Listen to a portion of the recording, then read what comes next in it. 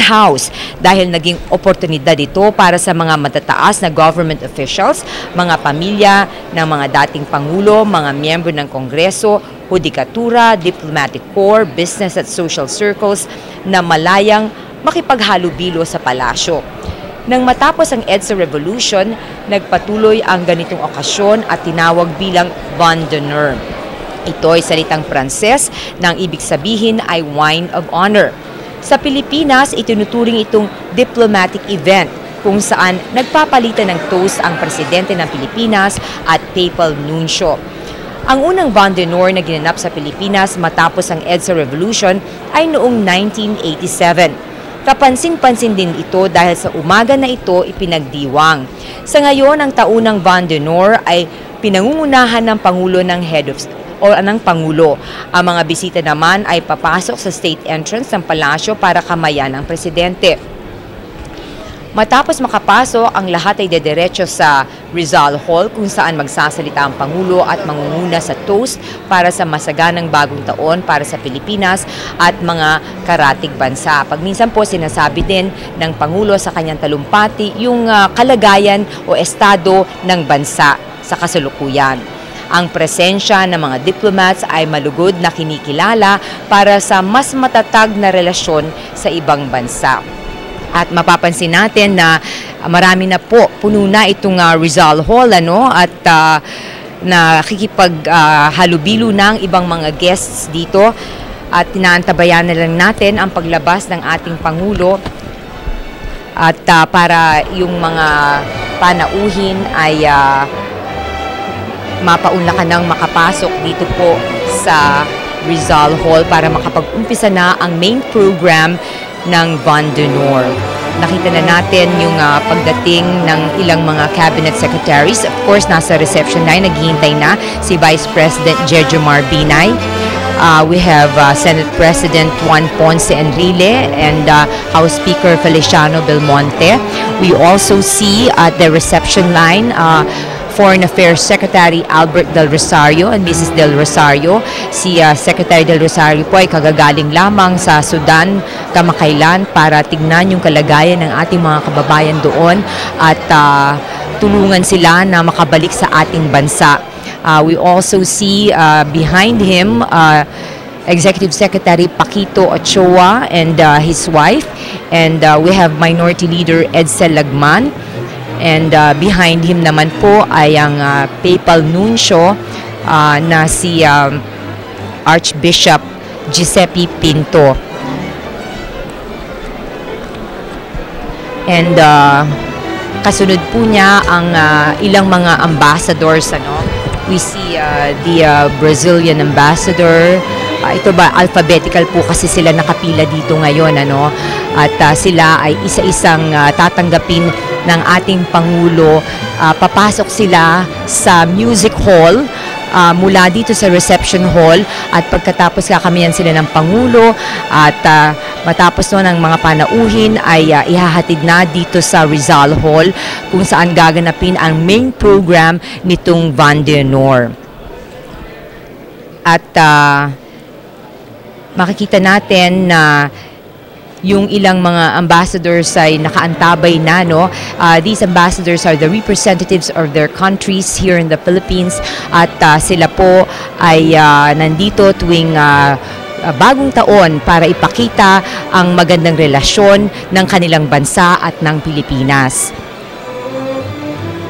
Noong mga nakalipas na taon, ito pong ang ating Pangulo ay usually kapag nagbibigay siya ng talumpati at toast ay pinapakita din niya ang pagpapahalaga ng ating gobyerno dito sa pakipagrelasyon both diplomatically, even trade, economically dito sa ibang mga bansa at kung papaano papaiigtingin ang magandang pakipagrelasyon ng ating bansa dito sa mga bansang ito, lalong-lalo na po doon sa mga bansa na marami tayong mga manggagawa o mga OFWs.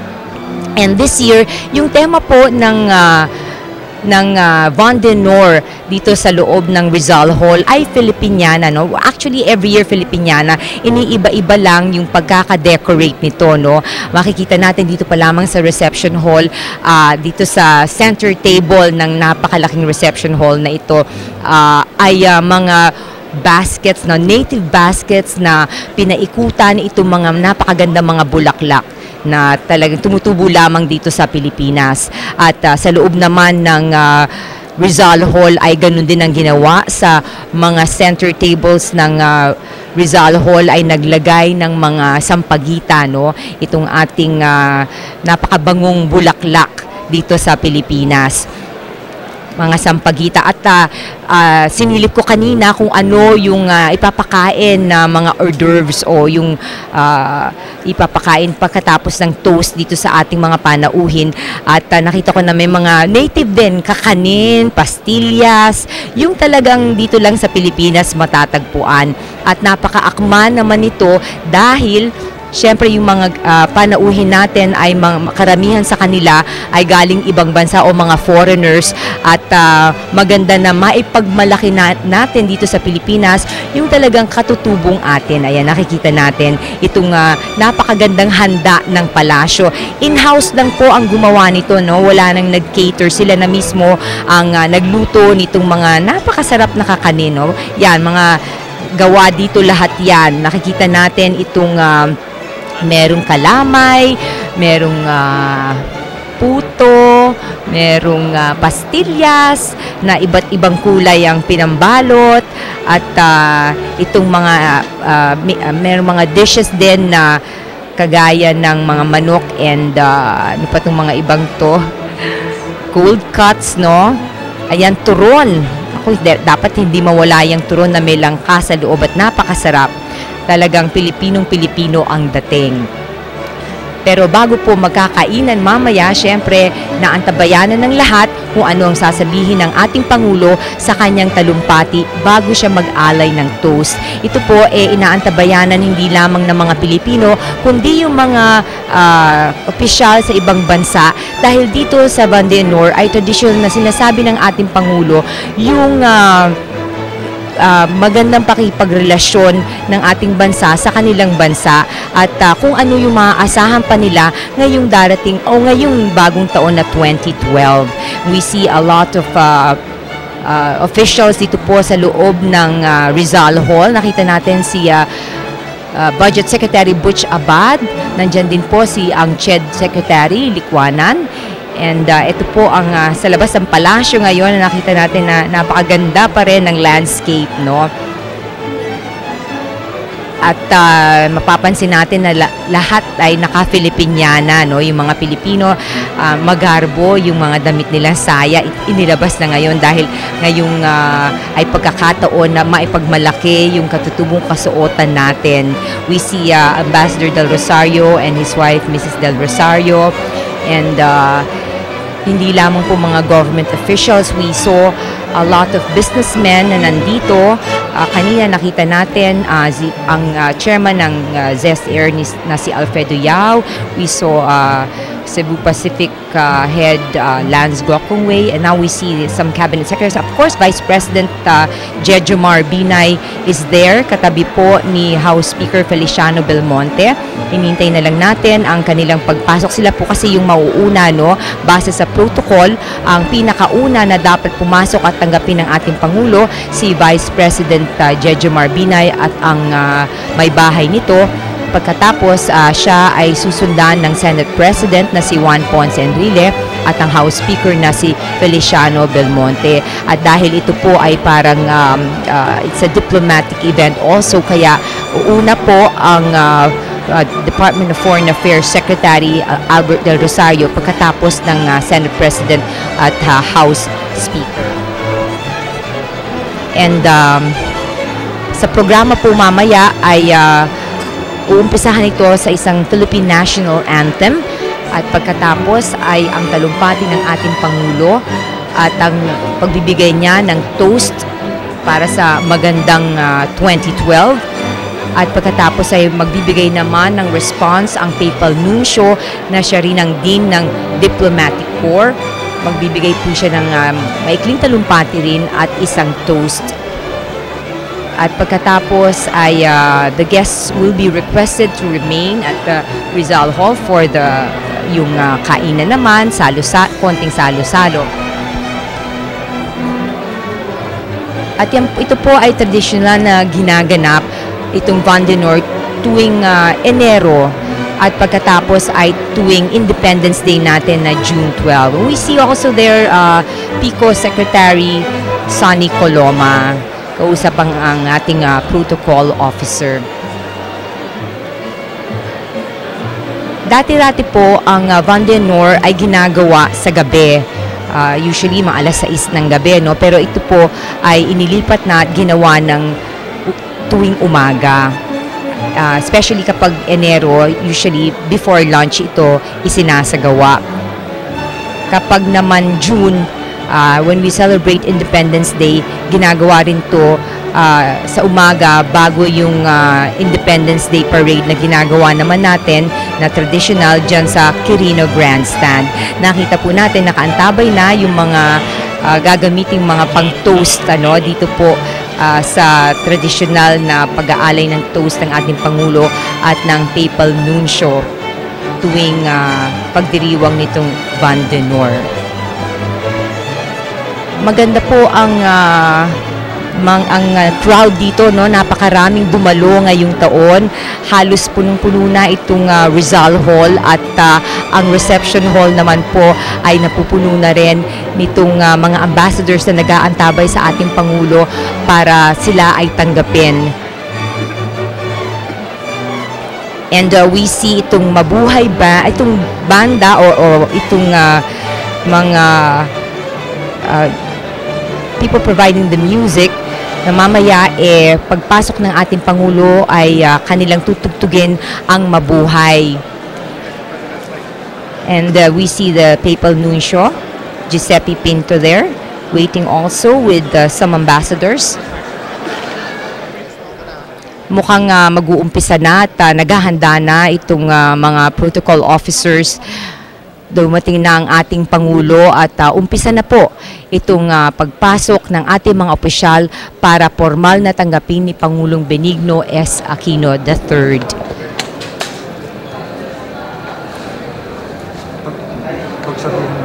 The Honorable Vice President Jejomar Binay and Mrs. Elenita Binay.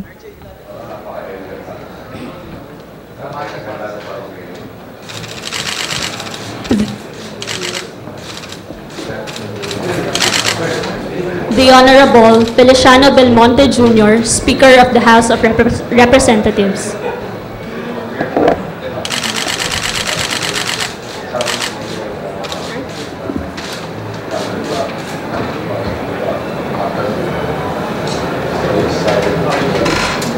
The Secretary of Foreign Affairs, Albert Del Rosario, and Mrs. Margaret Gretchen Del Rosario.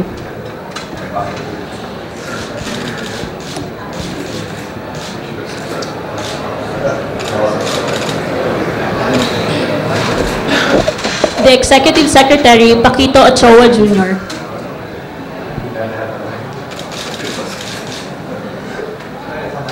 House Minority Leader, Edsel Lagman.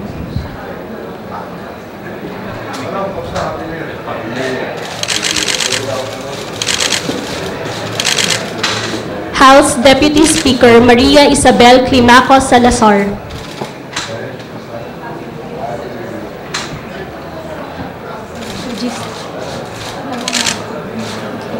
His Excellency Giuseppe Pinto, Papal Nuncio and Head of the Diplomatic Corps.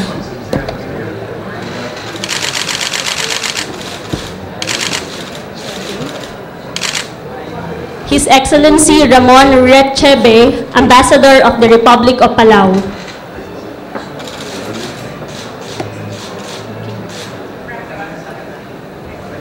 His Excellency Abdelaziz Abdelrahman Abugus, Ambassador of the State of Palestine. Senate President Juan Ponce Enrile.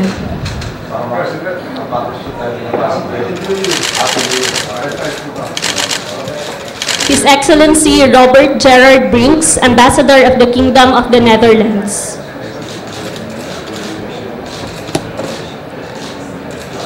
His Excellency Valerio Jorge, Ambassador of Romania.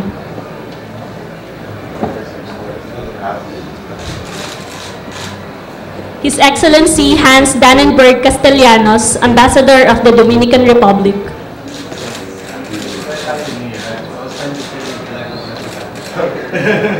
His Excellency Alcides Gastao Pratas, Ambassador of the Federative Republic of Brazil.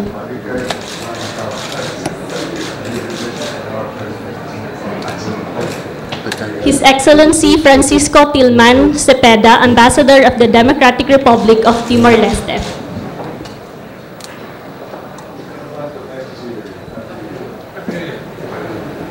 His Excellency A. Selberaha, Ambassador of the Republic of Singapore. His Excellency Christian Anthony Beruli, Ambassador of the Independent State of Papua New Guinea. His Excellency Heikki Hanikainen, Ambassador of the Republic of Finland, and Madame Eleonora Distrobal Hanikainen.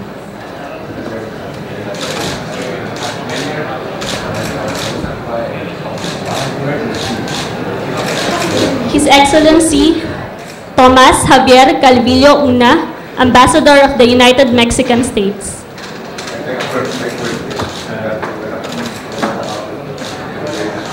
His Excellency Thierry Borja de Mazota, Ambassador of the French Republic.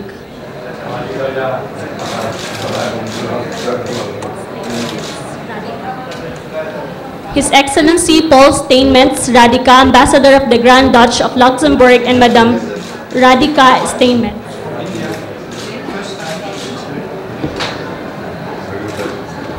His Excellency Ong Kinso, Ambassador of the Union of Myanmar.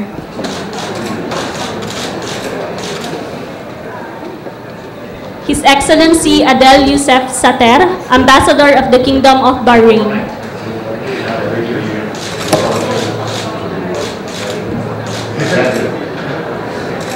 His Excellency Mohammad El Harake, Ambassador of the Republic of Lebanon.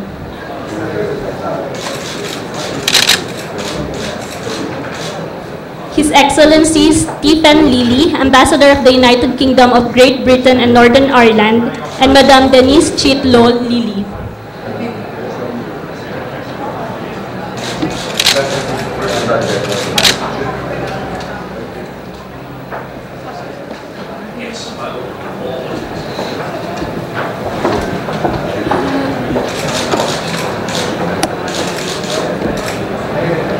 His Excellency Wilhelm Donko, Ambassador of the Republic of Austria, and Madame Jan Donko.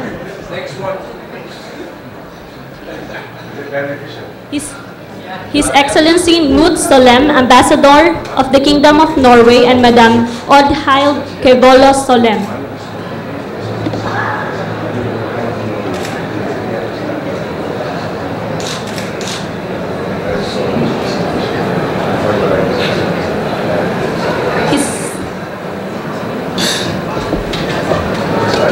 His Excellency Christian Merchman, Ambassador of the Kingdom of Belgium.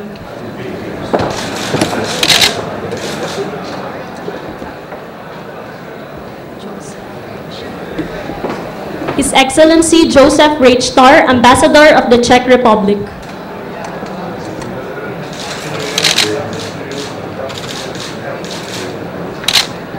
His Excellency Mohsin Razi, Ambassador of the Islamic Republic of Pakistan.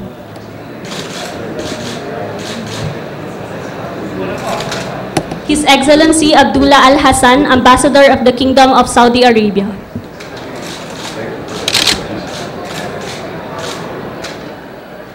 His Excellency Yojendra Kumar, Ambassador of the Republic of India, and Madame Kumar.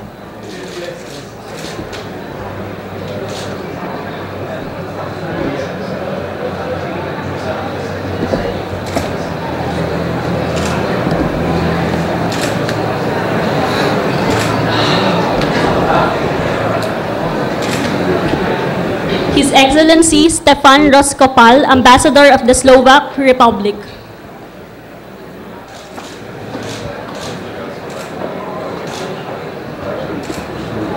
His Excellency Nawalage Bennett Correa, Ambassador of the Democratic Socialist Republic of Sri Lanka.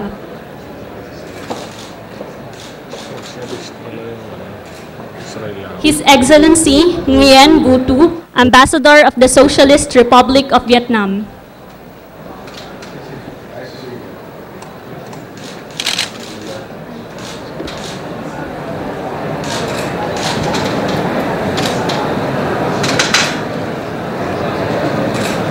His Excellency Musa Abdul Wahid Al Khaja, Ambassador of the United Arab Emirates.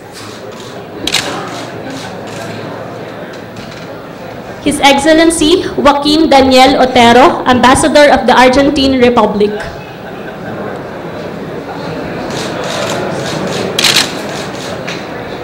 His Excellency Johannes Criscarto Suerio Legowo, Ambassador of the Republic of Indonesia, and Madam Maria Cecilia Legowo.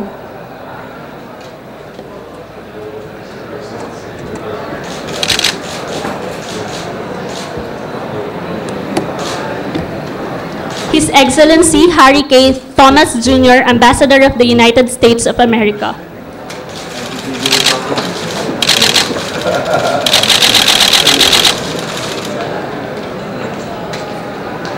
His Excellency Wadi Bati Hana Al-Bati, Ambassador of the Republic of Iraq, and Madam Naja.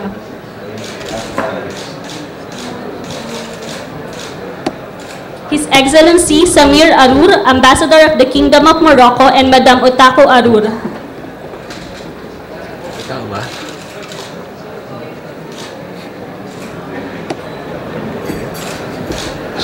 His Excellency Byron Rene Escobedo Menendez, Ambassador of the Republic of Guatemala, and Madam Miriam.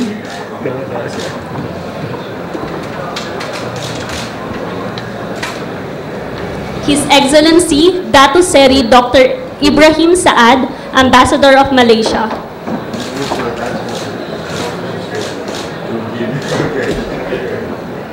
His Excellency Lee Hye-min, Ambassador of the Republic of Korea, and Madam Kim Sun-mi.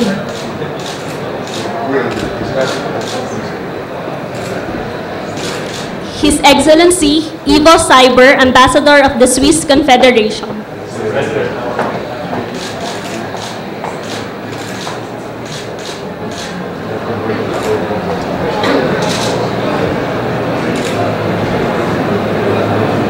His Excellency Roberto Mayorga Lorca, Ambassador of the Republic of Chile, and Madam Paulina del Carmen Silva Rojas.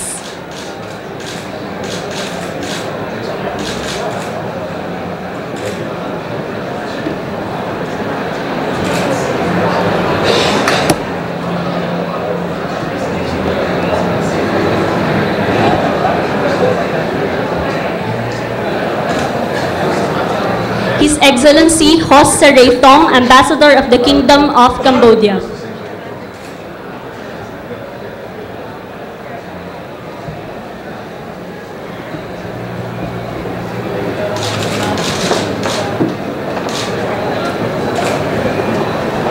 His Excellency Christopher Thornley, Ambassador of Canada, and Madam Catherine Mary Thornley.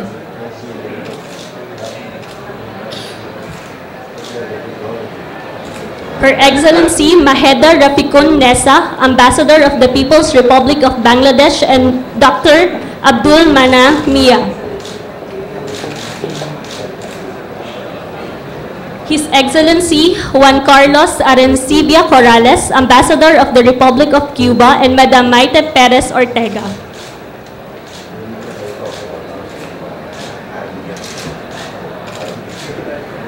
His Excellency Nikolai Kudashev, Ambassador of the Russian Federation, and Madam Elena Kudashev.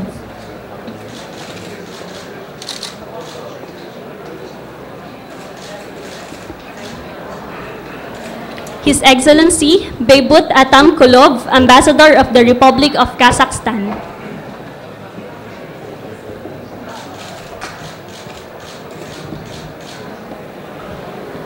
His Excellency Walid Ahmad Al-Kandari, Ambassador of the State of Kuwait.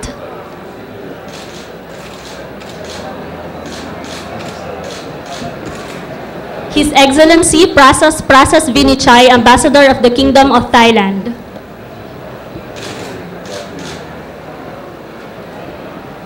His Excellency Toshinao Orabe, Ambassador of Japan, and Madam Etsuko Orabe. His Excellency Samori Angwa Okwia, Ambassador of Kenya. His Excellency Richard Ramoletsi, Ambassador of the Kingdom of Lesotho. His Excellency Adam Jelonek of the Republic of Poland. His Excellency Menashe Baron, Ambassador of the State of Israel, and Madam Esther Baron.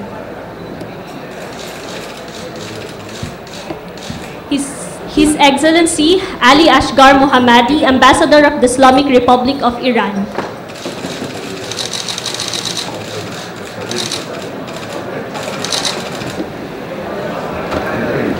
His Excellency Dr. Joachim Heydorn, Ambassador of the Federal Republic of Germany, and Madam Anna Maria Werner Heydorn.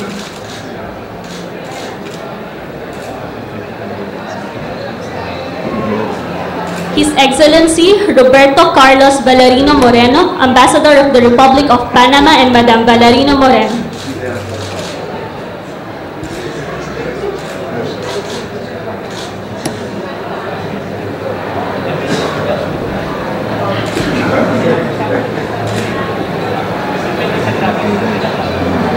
His Excellency Guy Leduc, Ambassador of the European Union, and Madam Margaret Christine Rose Leduc.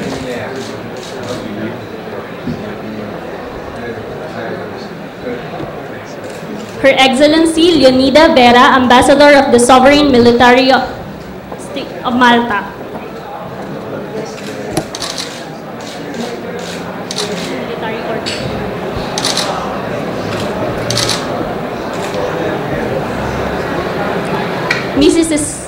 Mrs. Estela Marquez de Araneta, Charge d'Affaires of the Republic of Colombia, and Mr. George Araneta.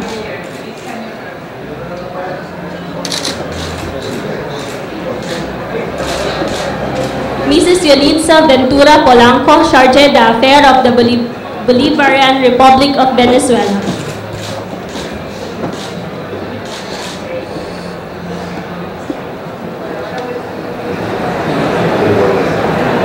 Mr. Hussein Ibrahim Albarer, Charge d'Affaires of Qatar.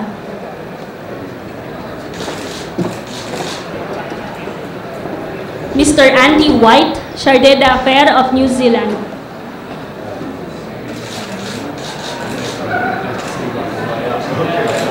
Mr. Andrew Nairn, Charge d'Affaires of the Commonwealth of Australia.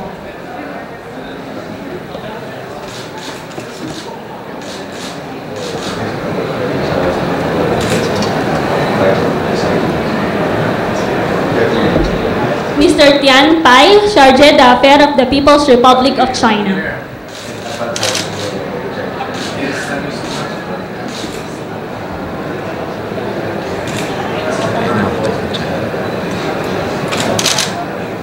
Mr. Fernando Miguel, Charge d'Affaires of the Republic of Angola.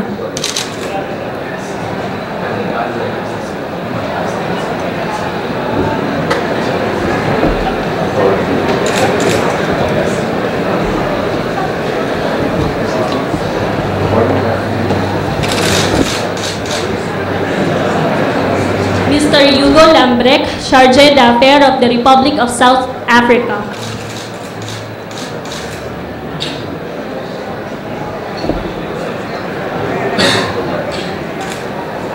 Mr. Kampiong Fantaksay, Charge d'Affaires of Lao People's Democratic Republic, and Mrs. Sorsom Pasiu.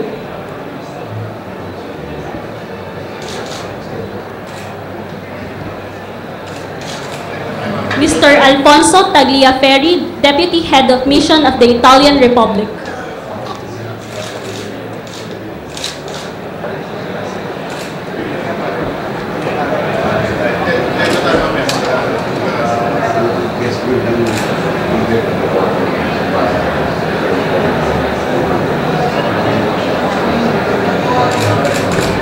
Mrs. Maria Molina Lozano, Charge d'Affaires of Kingdom of Spain.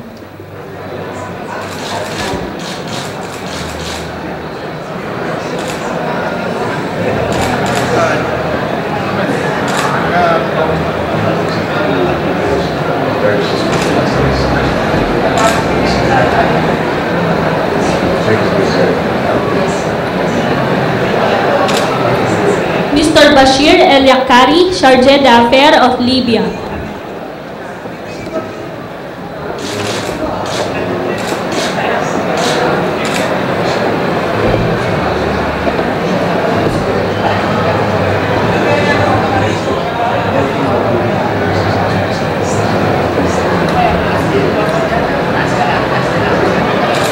Mr. Sabi Khan Kanadoglu, Charge d'Affaires of the Republic of Turkey.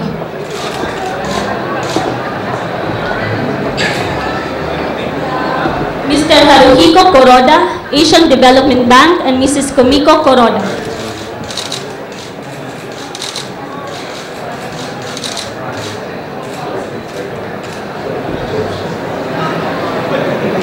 Ms. Jacqueline Badcock, United Nations Resident Coordinator.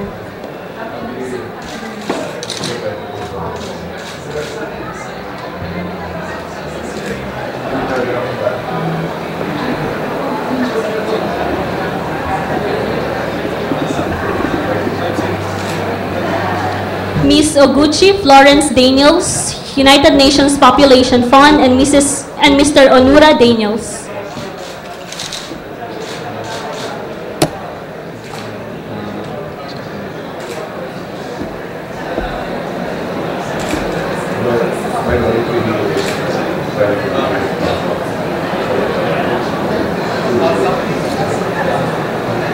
Mr. Bernard Kerblat, United Nations High Commissioner for Refugees.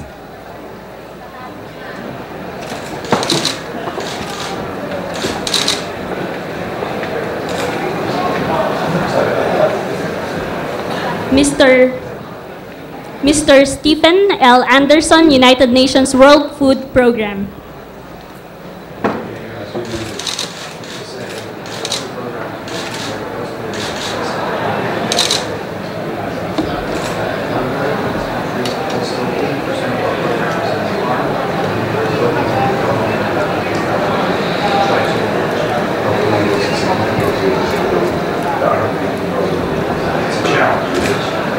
Mr. Lawrence Jeff Johnson, International Labour Organization.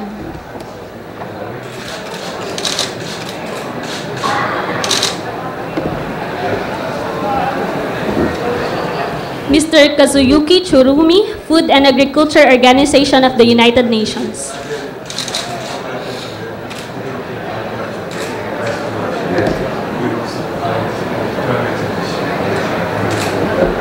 Dr. So Nyun U, World Health Organization Country Director, and Mrs. Maria Wawa Kiao.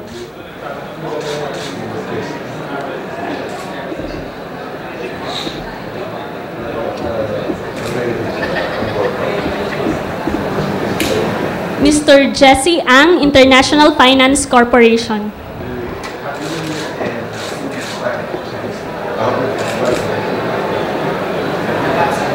Mr. Dennis Botman, International Monetary Fund.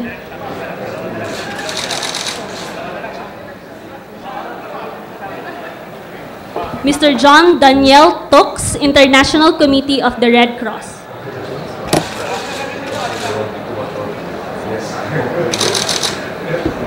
Dr. Robert Ziegler, International Rice Research Institute.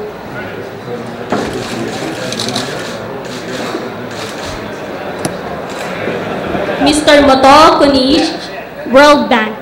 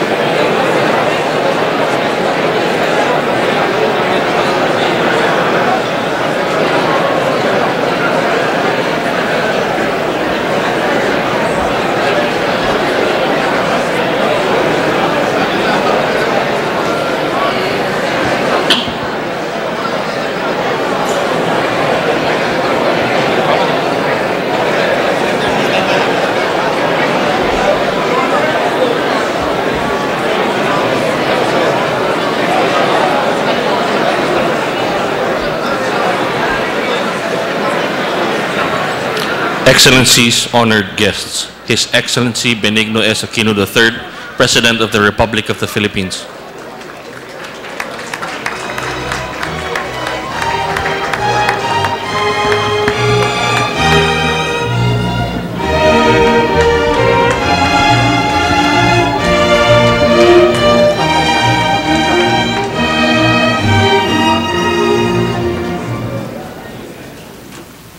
Ladies and gentlemen, the Philippine National Anthem.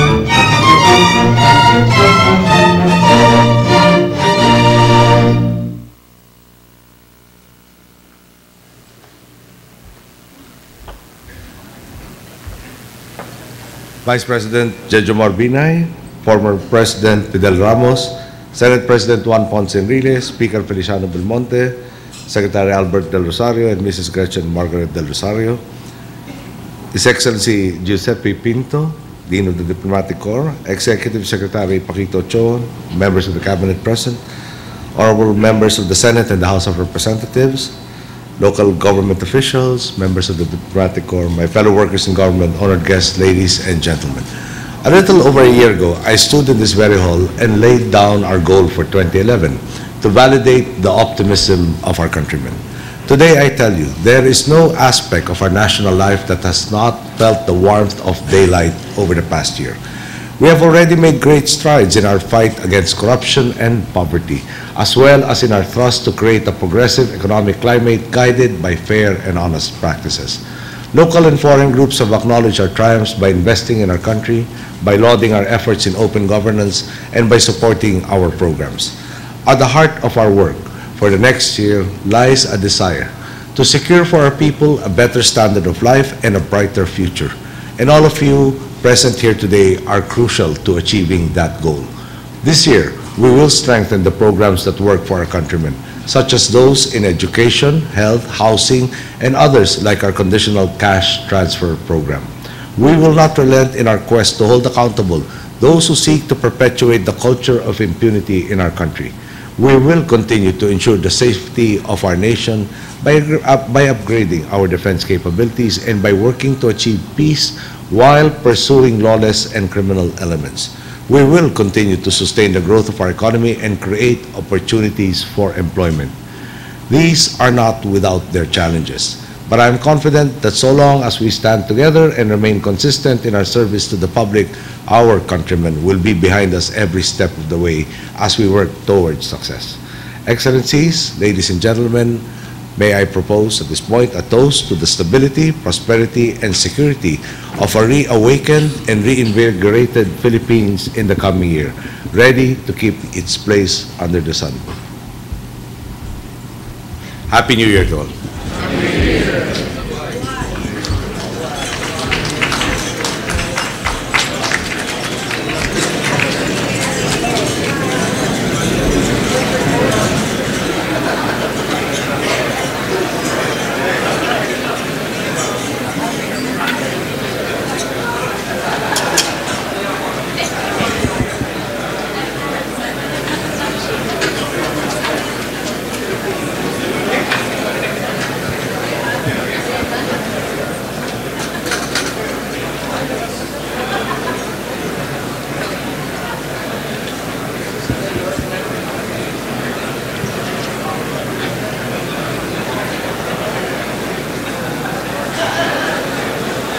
His Excellency Benigno Aquino III, President of the Republic of the Philippines, the Honorable Jejomar Binay, Vice President of the Republic of the Philippines, the honorable members of the Senate of the House of Representatives and Judiciary, honorable secretaries of the Cabinet, distinguished government authorities, chiefs of the Philippine Armed Forces and the National Police, their excellencies, the ambassadors and heads of the international organizations accredited to the government of the Philippines and their esteemed spouses, distinguished ladies and gentlemen, manigong bagong taon sa lahat. Happy New Year to everybody.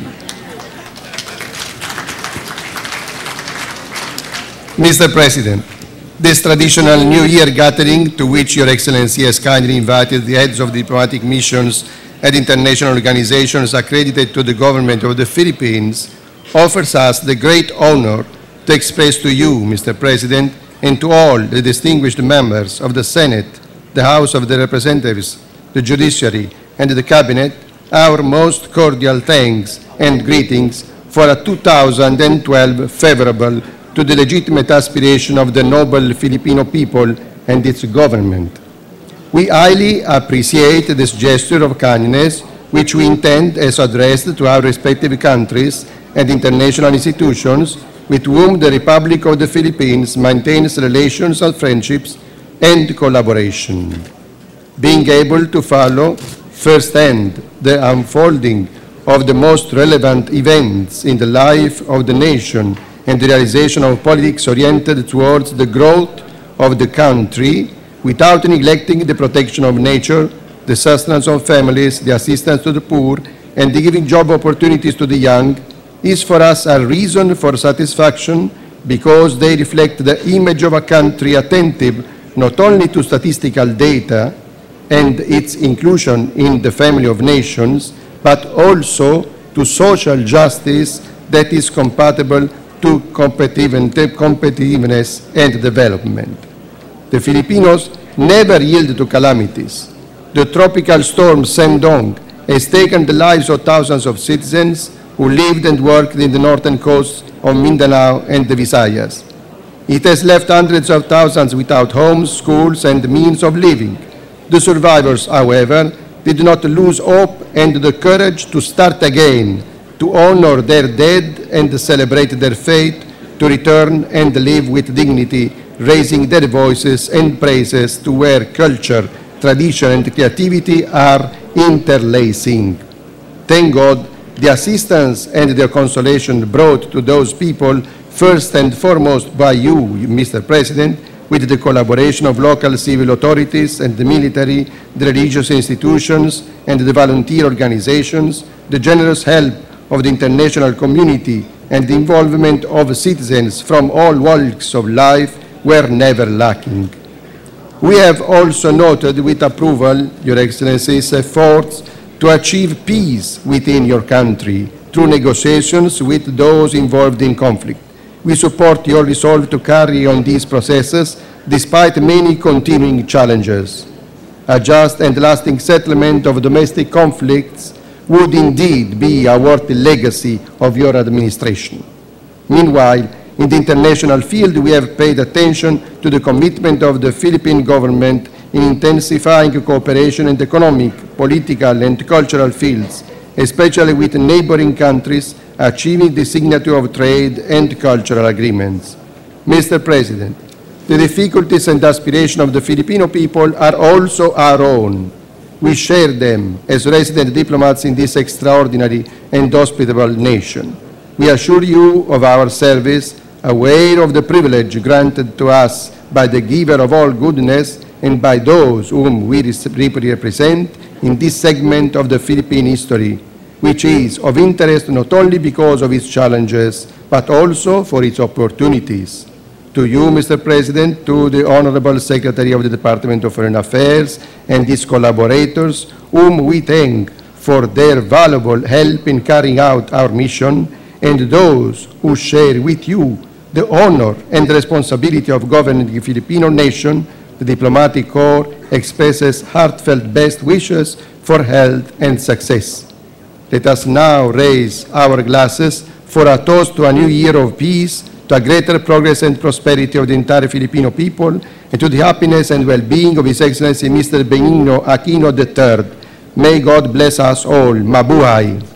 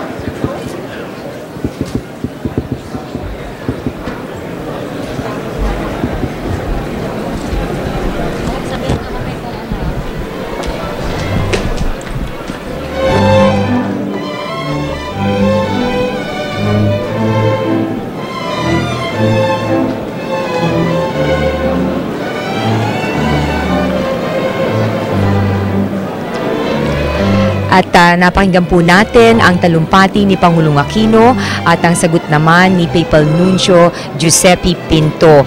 At sa talumpati ni Pangulong Aquino, sinabi niya na marami na ang natamo ng gobyerno sa laban sa korupsyon at kahirapan.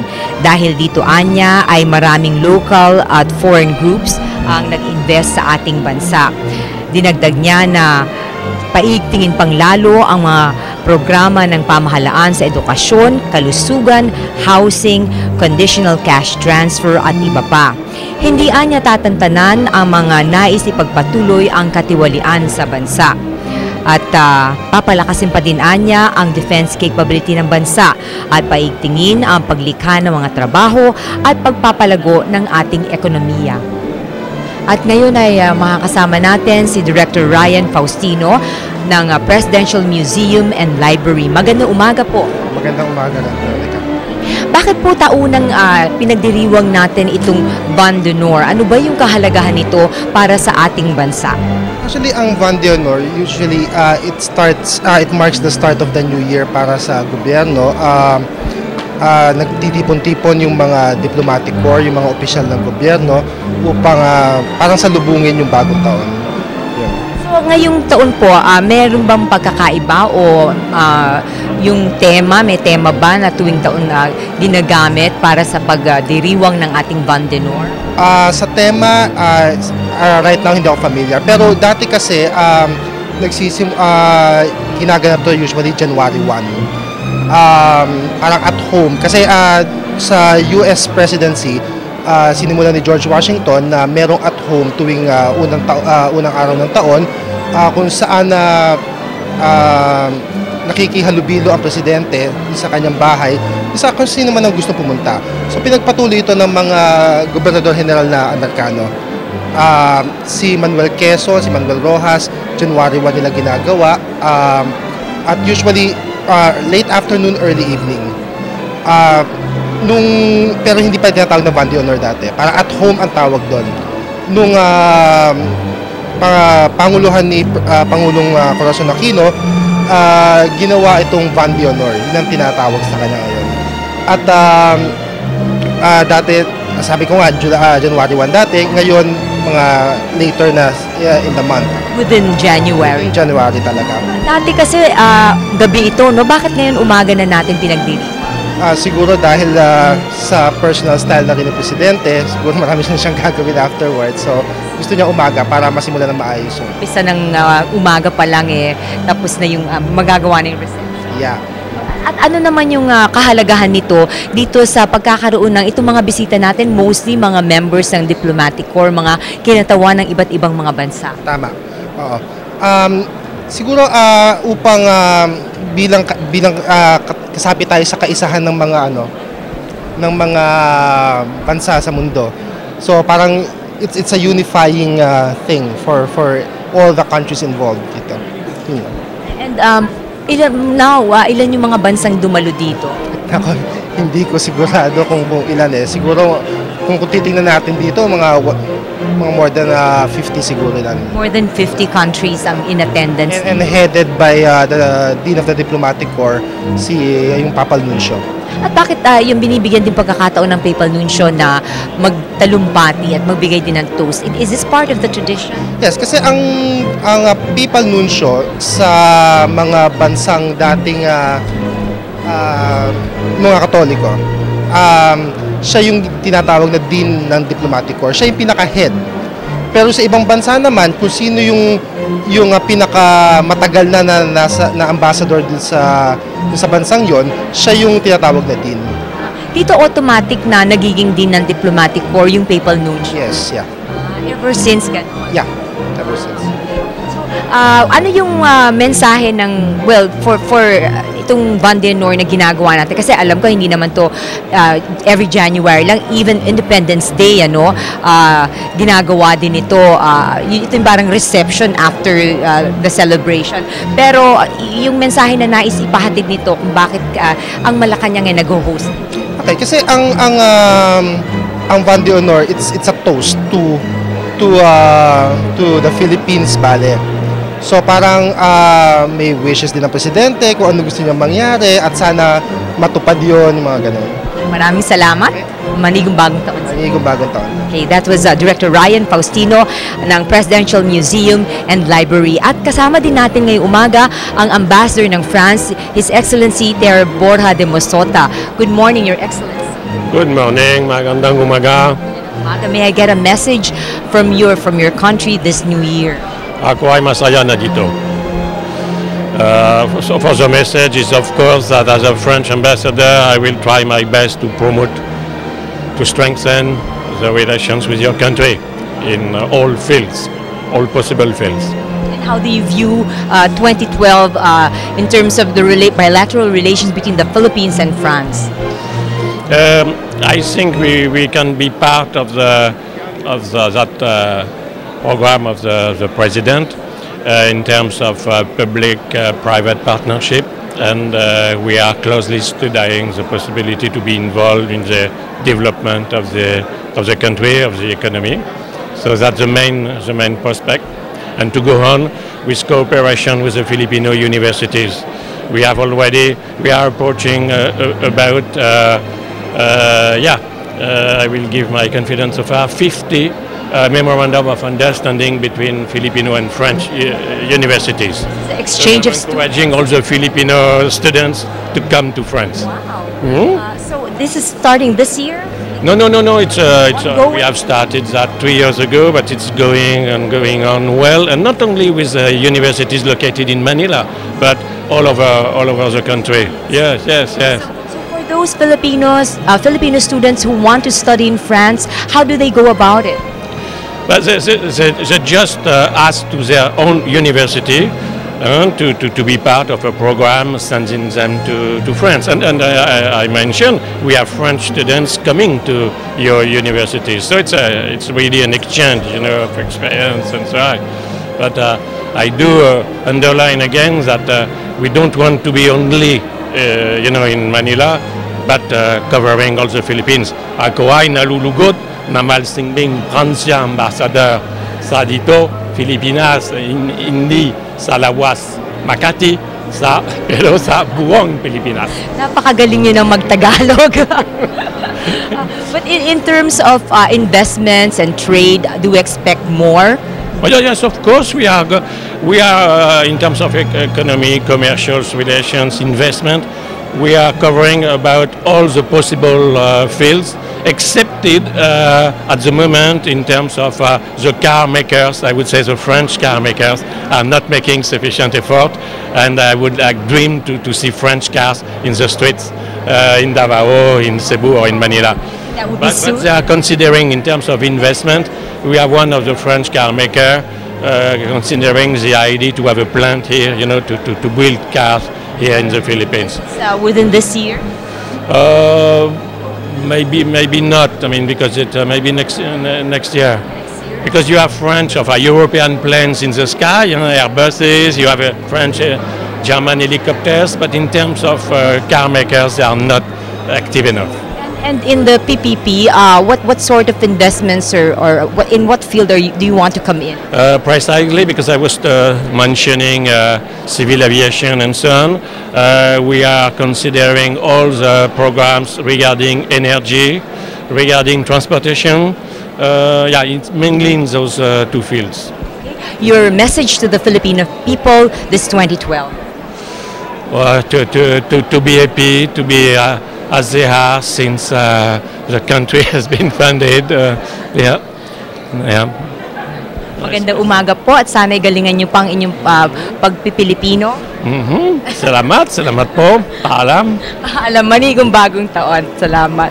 Okay, that was His Excellency Ambassador Thierry Borja de Mesota of France. At yan po ang kabuuan ng ating live coverage dito sa Malacanang para sa Van de Honor. Sa ngalan po ng lahat ng bubuo ng Radio TV Malacanang at People's Television, ako si Veronica Baloy Jimenez. Magandang umaga po sa inyong lahat.